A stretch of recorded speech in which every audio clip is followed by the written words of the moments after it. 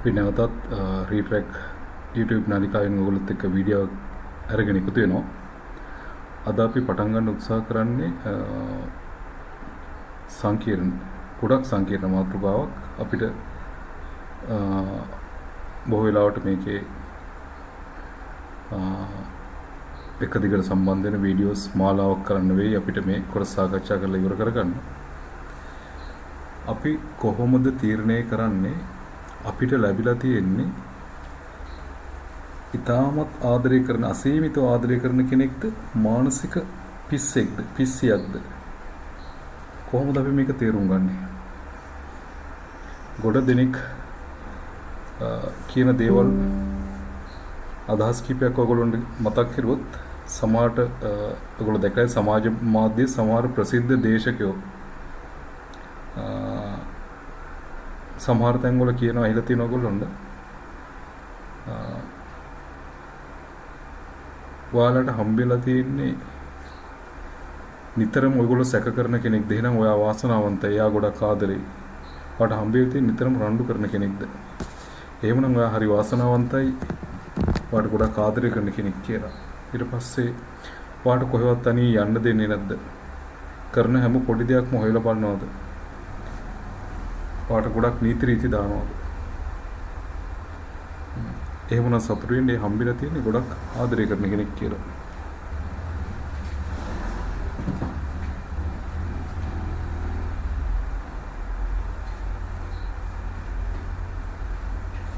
හරි, ප්‍රශ්නය තමයි අසීමිතව ආදරය කරන එකේ ලක්ෂණයක්ද අධිකව රණ්ඩු කරන එක, අධිකව සැක කරන එක, කරන්න යන හැමදේම නීති රීති දාලා පාලනය කරන එක, අසීමිතව සැක කරන එක,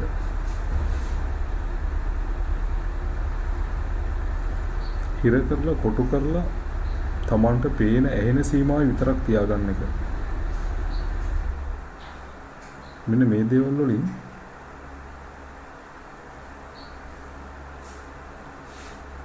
අපිට පුළුවන් ද තීරණයකට එන්න මගේ පාර්ට්නර් අසීමිතව ආදරය කරන කෙනෙක් කියලා.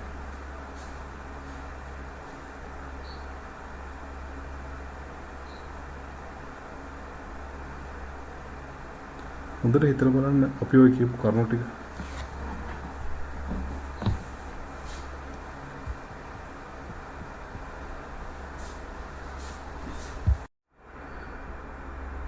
අපි මුලින්ම බලමු කෙනෙක් ඔබව අසීමිතව සැක කරන්නේ ඇයි?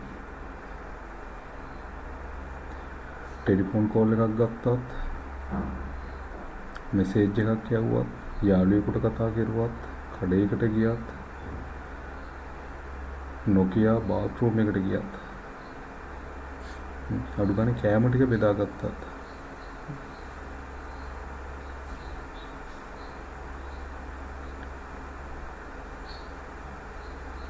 ඒ වගේ පොඩ්ඩිම ක්‍රියාවක්වත් Tamanට නිදහසේ කරන්න නැතුව අධිකව සැක කරනවද? හැම දෙයකටම සාක්ෂියක් වෙනවද?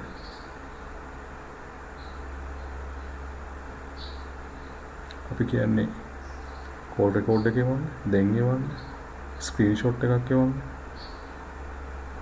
මට ඉන්න තැන ලොකේෂන් දාන්න, යාළුවාට ෆෝන් එක දෙන්න, ඉන්න තැන වීඩියෝ එකක් එවන්න, ඔයාගේ ඩීටේල් බිල් එක දෙන්න. මේ විදිහට සාක්ෂි එකතු කර සැක කරන්නේ. ඒක ආදරේද?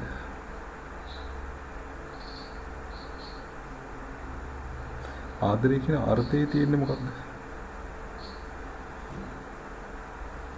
විශ්වාසය, ගෞරවය, අවබෝධය,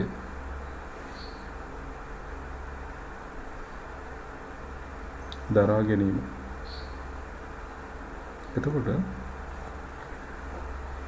අපි ආදරය කරන්නේ එක විනාඩි 5කට අපිට අපේ සීමාවෙන් ඇහෙන පේන සීමාවෙන් දුර ඉන්නකොට එක විනාඩි 5ක්වත් එයා කරන්නේ කියන්නේ වෙන්නේ මොනවද කියන එක නිවැරදි කියලා විශ්වාස කරන්න බැරි කෙනෙක් නම් ඇත්තට මේ මනුස්සයා අපිට ආදරේද?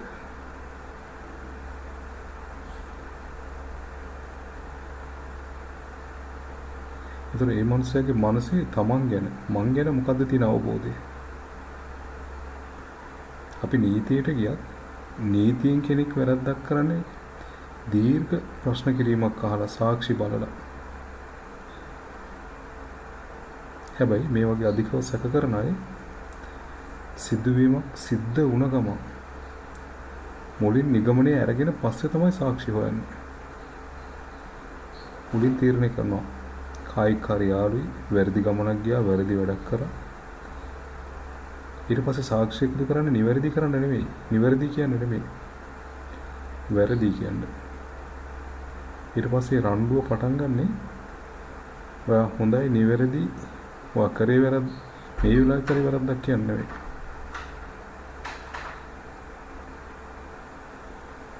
ඒතර කරුණු එකතු කරන්නේ අපි අර නඩුවකට ෆයිල් එකක් හදනවා වගේ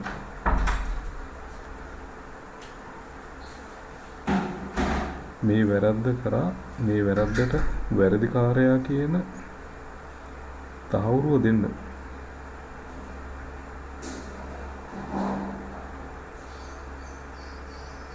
එතකොට එහෙමනම් අපිව වැරද්දක් කරා කියලා වැරද්දකට සම්බන්ධ කරලා අපි වැරදිකාරයෙක් කරන්න දරන උත්සාහය මිසක්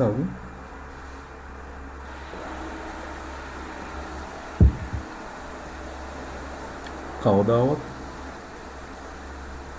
තමන් හොඳ කෙනෙක් තමන් වැරදි නොකරන කෙනෙක් තමන් ගෞරවනීය මිනිසෙක් කියන එක අවබෝධයක් තියෙනවා නම් එහෙම කරන්න පුළුවන්ද?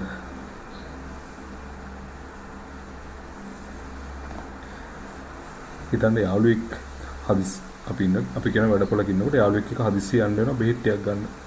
පෝස්ට් ඔෆිස් එකකට ඩොකියුමන්ට් ස්ටේෂනරියක් මොන හරි දෙයකට අපිට මීටර 500ක් දුරට යන්න වෙනවා. මොන හරි අවශ්‍යතාවයකට කෝල් එකක් දෙන්න. ඒක දැනුම් දෙන්න විදියකුත් නැහැ. එතකොට සමහරට විනාඩි 10ක ගමනට එකක් නතර වෙන තරමට රණ්ඩු වෙන්නත් පුළුවන්. සමහරට ඔක්කොම තියලා තමන් යන්න වෙන කෙනත් එක්ක ෆොටෝ එකක්, ස්ක්‍රීන්ෂොට් එකක්, වීඩියෝ එකක් එවන්න ගියපම කොච්චර තමන් අපහසුතාවයටපත් වෙනවද? ඉතින් ඒතර අපි තේරුම් ගන්න ඕන මේ විදිහට අධිකව සැක කරන්නේ ඒ ආදරේ හින්දා නෙවෙයි. එකක් තමයි මේ රිලේෂන්ෂිප් එක බැඳීම පටන් ගන්න අවස්ථාවේ කොහෙදිවත් තැනක දෙන්නට දෙන්නා හෝ එක්කෙනෙකුට අනිත් කෙනා ගැන අවබෝධයක් විශ්වාසයක් ගොඩනගෙන තරම් කාලයක් තිබිලා හෝ අවස්ථාවක් ලැබිලා නැහැ. අපි මීට කලින් වීඩියෝ එකක කිව්වා කැමැත්ත හින්දා ආසාව හින්දා යාළු වෙනවා රිලේෂන්ෂිප් එකක් පටන් ගන්නවා. හැබැයි එතන කැමැත්ත ආසාව මිසක් ඊදෙනගේ අවබෝධයක් නැහැ. ඉතින් එතකොට මේ ප්‍රශ්නේ අද ගොඩාක් අයගේ තියෙනවා. ඒ කියන්නේ ඒගොල්ලෝ ආදරේ නිවැරදි කියලා තීරණය කරන්නේ සාක්ෂි බලලා. ෆෝන් ලොග් එක ක්ලියර් නම් ඉල්ලන වෙලාවට ප්‍රූෆ් වීඩියෝස් ෆොටෝස් දෙනවනම් ඒ වැරද්දක් කරන්නේ නැහැ කියලා ඔප්පු කරගන්න පුළුවන් වුණොත් විතරයි නිවැරදි කියලා පිළිගන්නේ. එහෙනම් පළවෙනි දේ තමයි අනිත් කෙනා ගැන බැඳීම ඇති වෙන්න කලින් හෝ ඇති වුණාට පස්සේ අවබෝධයක් නැහැ. තහවුරු බවක් නැහැ. මම ආශ්‍රය කරන්නේ නිවැරදි පිරිමි ළමෙක් ගෑනු ළමෙක් කියලා විශ්වාසයක් නැහැ. අපි කියන්නේ ෂුවර් නැහැ කියන්නේ. එතකොට අපි වැරදි කියලා හැම වෙලේම හිත අපිත් එක්ක රණ්ඩු කරන මිනිස්සුකින් මේ ලැබෙන්නේ හරි ආදරේද? හිතලා බලන්න ඕන. හරි. පළවෙනි එක තමයි එහෙමනම් තමන් ගැන අනිත් කෙනාට අවබෝධයක් නිවැරදි හොඳයි කියලා ගෞරවයක් නැති හින්දා තමයි එක සැක කරන්න හේතුව. දෙවෙනි එක අපි කොච්චර හොඳට හිටියත් අපි වැඩි දුරදිග බලන්නේ නැතුව අවබෝධයක් නැතුව කෙනෙක් එක්ක රිලේෂන්ෂිප් එකක් පටන් ගන්නකොට ඒ කෙනා මීට කලින්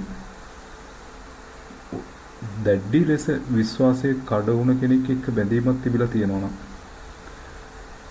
සමහරට යා ජීවිතේ කවදාවත් රිලේෂන්ෂිප් කීයකට ගියත් අනිත් කෙනා විශ්වාස කරන්න බෑ.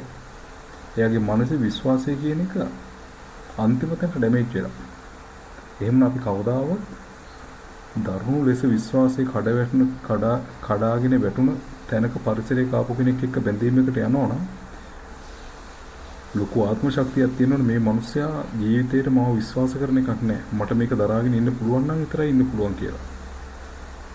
ඒ කියන්නේ සැකය කියන එක අධිකව වැඩි වෙලා මානසික රෝගයක් තැනට ආවට පස්සේ එයා කලින් මොන දීපු හැම සිද්ධියක්ම වර්තමානයේ තමන් එක සිද්ධ වෙනකොට තමන් කොච්චර නිවැරදුණා අර කලින් වැරදි සිද්ධිය තමයි එයා ඉස්සෙල්ලා ඔලුවට ගන්නෙ.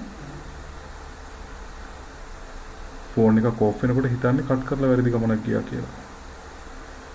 කෝල් වේටින් එකක් දකින්නකොට හිතන්නේ එක තප්පරයකට වැරද්දක් කරා කියලා.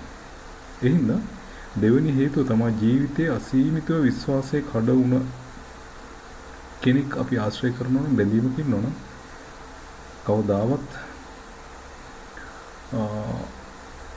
විශ්වාසය කියන එක ඒ බැඳීම ඇතුළට ගන්න අමාරුයි. තුන්වෙනි හේතුව අපි නොදැන හෝ අපි කියන්නේ අන්ත කපටි කියන්නේ අසීමිත කපටි.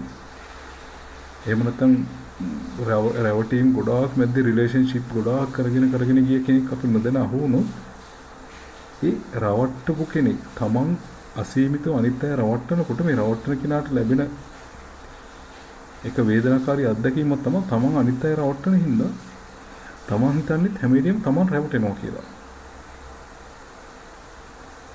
එහෙනම් ඒ අසීමිත කපටි එහෙම නැත්නම් අනිත් මිනිස්සු රවට්ට ජීවිතේ එහෙම කරන් ගිය කෙනෙක් කොච්චර හොඳ කෙනෙක් හම්බුණත් එක විදිහෙන් ඒ මනුස්සයාට ඒක පනිෂ්මන්ට් එක කොච්චර හොඳ කෙනෙක් හම්බුණත් ඒ මනුස්සයාට ඉන්න බෑ හිතන්නේ මම කරා නම් මෙයා කරන්නේත් ඒක තමයි කියලා.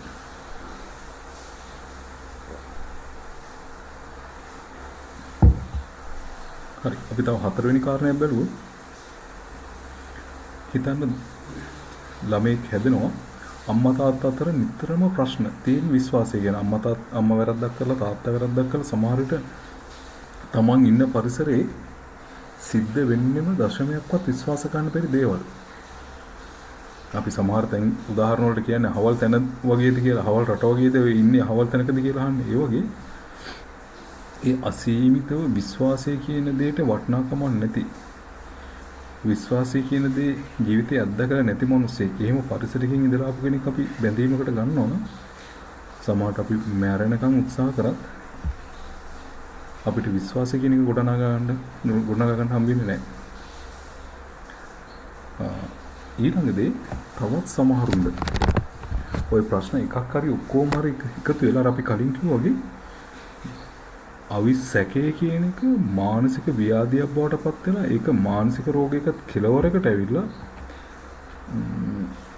අපි කියනවා ඒක එයා සම්පූර්ණයෙන්ම ඒ විශ්වාසය කියන දේ සම්පූර්ණ එයාගේ මනසට එහෙම දෙයක් දැනෙන්නෙම නැහැ.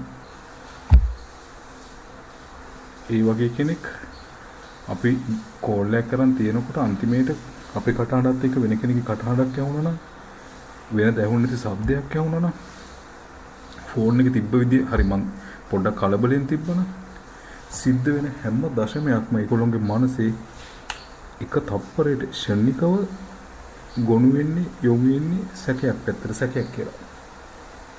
ඉතින් ඒ හින්දා මෙන්න මේ හේතු එකක් හරි කීපයක් හරි හින්දා අත්හැර ගන්න බැරි මට්ටමට සැකේ තියෙන මිනිස්සෙක් හම්බුනොත් එහෙම හම්බෙලා තමන් නිවැරදිව ඉඳලා එහෙම කෙනෙක් බැඳීමකට ගත්තොත්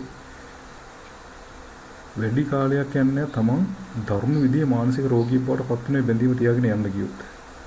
මොකද අපි මුලින් හිතනවා මෙයා සැක කරන හින්දා අපි නිවැරදිව ඉන්න ඕනේ කියලා. නිවැරදිව ඉඳලා එතනින් එහාට සැක කරනකොට කරන්න දෙයක් නැතුව යනවා.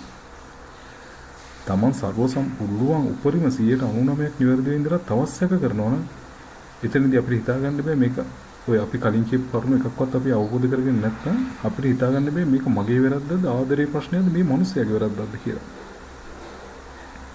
හරි ඒ හින්දා අපි අර මුලින් කිව්වා වගේ තමන් බැඳීමට යන කෙනා ගැන පිරිසුදු අවබෝධයක් ගෞරවයක් විශ්වාසයක් තහවුරු බවක් නැත්තම් එකක් තමයි ඒ බැඳීම දැන හෝ නොදැන දැන් තියෙනවා නම් පුළුවන් ඉක්මනින් මේ බැඳීම නවත්තන එක තරම් ඔයගොල්ලන්ට සැනසීමක් කොහෙවත් හම්බ වෙන්නේ නැහැ. අපි හැමෝටම. මොකද ඒ අර අපි කිව්වා වගේ ව්‍යාධි මට්ටමකට අපි කියන්නේ පිස්සුවෙන් වගේ සැක කරන මිනිස්සෙක් හදන්න බෑ. ඒ මිනිස්සයාගේ සැකේ නැති වෙන විදිහට අපිට කවදාවත් වෙනස් වෙන්න බෑ. එහෙම කරලා ඉවරයක් නෑ. කොතනින්ද ඉවර වෙන්නේ? හැම පොඩි දෙයක්ම කෑවත් නෑවත් වොෂ්රූම් එකකට ගියත් අම්මා තාත්තා ආශ්‍රය කරත් නෑදෑයෝ ආශ්‍රය කරත් ඇඳුමක් ඇඳත් වෙන මුකුත්ම අවශ්‍ය නෑ. හැමදාම ගන්න පාට නැතුව අලුත් වෙන පාටකින් ඇඳුමක් ගත්තොත් ඔයා මේක ගත්තේ කවුරු හින්දාද? ඇයි මේක ගත්තේ? 1000ක් හේතු.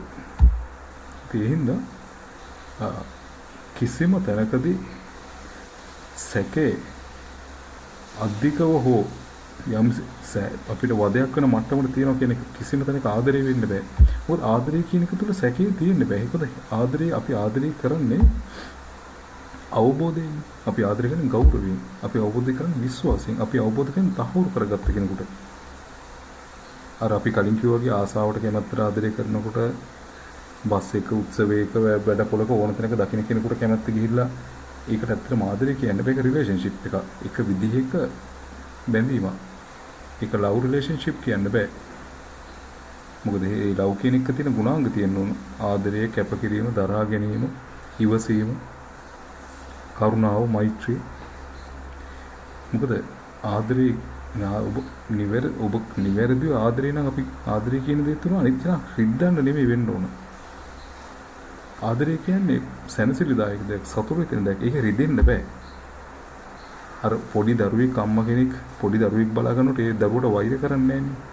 සැක කරන්නේ නැහනේ, රිද්දන්නේ නැහනේ. ඒ දරුවා මානසිකව වටන්නේ නැහනේ. ආදරේ කියන්නේ ඇත්තටම පොඩි බිලින්දෙකුට අම්මෙක්ගේ හම්බ වෙනවා වගේ ආදරේ හරි සොෆ්ට් දෙයක්. ඕක මිනිස්සු තමන්ගේ මට්ටමට හදාන තමයි කෑලි එකතු කරන ආදරේ පරිණතයි, ආදරේ දරුණුයි, පිරිමින්ගේ ආදරේ නිහඬයි. ඔහොම කතා ගොඩාක් හදාන් තියෙන්නේ තමන්ගේ ලේසියට. එහෙම නැත්නම් ආදරේ කියන්නේ අපි හැමෝම කැමති බොහොම මෘදු හැඟීම, සොෆ්ට් ෆීලින් එක. ඒකේ තියෙන සියලුම දේවල්, දරන දේවල්, රිද්දන දේවල්, පරිගන්න දේවල්, වෛරය, රිද්දීම, නොසලකා හැරීම, ඉග්නෝරින් ඔය ඔක්කොම එකට අලුතින් අමුණගත්ත කෑලි තමන්ගේ වාසියට. මොකද මිනිස්සු ආදරේ කියන දේ තරම් වෙන කිසිම දෙයක් ආත්මාර්ථකාමී විදිහට තමන්ගේ පැත්තට හරවගන්නේ නැහැ. මිනිස්සු බලන්න ආදරේදී වැරද්දක් වුණාම කොච්චර ජස්ටිෆයි කරලා බේරනවද? ගොඩක් අය අපිට ගොඩක් අහිංසක වැඩි දරනරු නැති ගෑන් ළමයි කරි පින් ළමයි කරි ඊට වඩා අපි කියන්නේ බොහොම හරි ගැටෙන සුළු පීඩාකාරී තරහ එන මිනිස්සෙක් ටිකක් කපටි වගේ මිනිස්සෙක් බැඳීමක් ඇති කරගත්තොත්